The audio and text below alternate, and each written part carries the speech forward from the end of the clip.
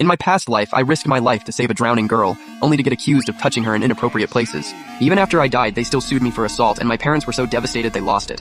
They both ended up in a car crash. Watching that girl's family act so shameless, I wanted to drown every last one of them. When I opened my eyes again, I was back on the day she fell in the river. I watched her struggling in the water and pulled out my phone to record it. Help! Somebody help! Can anyone swim? Please save my daughter. Someone please save my girl. Her crying sounded so genuine, but her eyes kept darting around, sizing everyone up. Then Liu Ruyan grabbed my arm.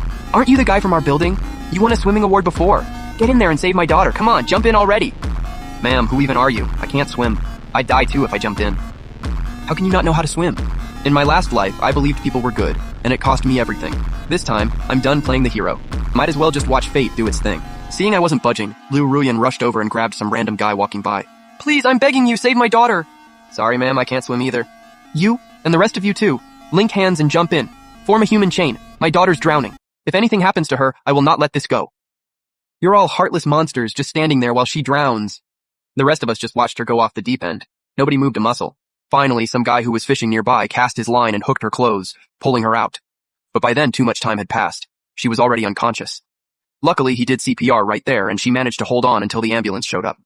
Before Liu Ruyan got in the ambulance, she turned and glared daggers at everyone. You're all disgusting for not helping. Just wait, I'm suing every single one of you. Do you know this lady? Honestly, she seems unhinged. With a mom like that, no wonder her daughter turned out this way.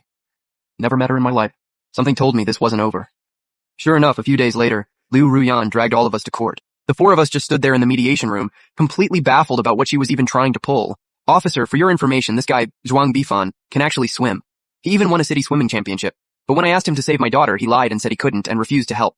That delay cost my daughter precious rescue time. So I'm demanding Mr. Zhuang pay 50,000 yuan for her medical bills. Liu Ruyan's husband looked all polished and proper, but the garbage coming out of his mouth proved birds of a feather really do flock together. Why don't you just sue the government for not putting a lid over the river? First off, I don't even know you people.